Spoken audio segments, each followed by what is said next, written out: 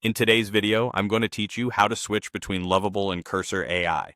We'll walk through a smooth workflow that starts with fast visual design in Lovable and moves into deeper development in Cursor, then brings your updates back to Lovable to publish live.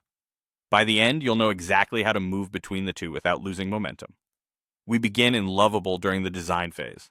Start by building your initial app with Lovable's chat and visual editor. This is where you shape your UI, generate components, and quickly iterate on layout and styling. Think of it as your rapid prototyping space.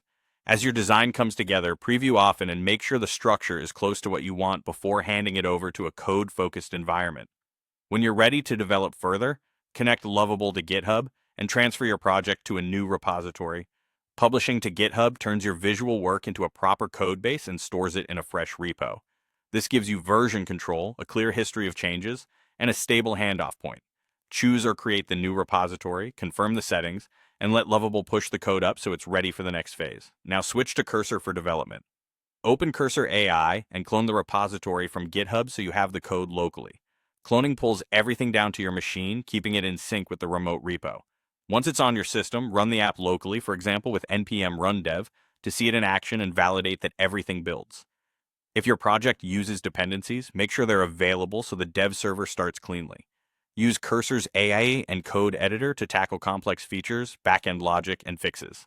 This is where you refine architecture, add APIs, wire up data, or resolve edge cases. Lean on Cursor's AI suggestions for refactors, tests, and troubleshooting, and keep your changes tight and well documented so the next desync is painless. Test as you go to confirm each change works before moving on.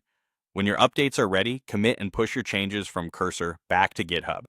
Clear commit messages make it easy to track what changed and why. Then head back to Lovable. The updates from GitHub will appear automatically reflecting your latest work from Cursor. Review the preview to ensure everything renders as expected. Finally, use Lovable's Publish button to redeploy the live site with your Cursor changes. Watch the build complete, verify the deployment, and you're done. From here, you can loop between Lovable for design and Cursor for development as often as you need.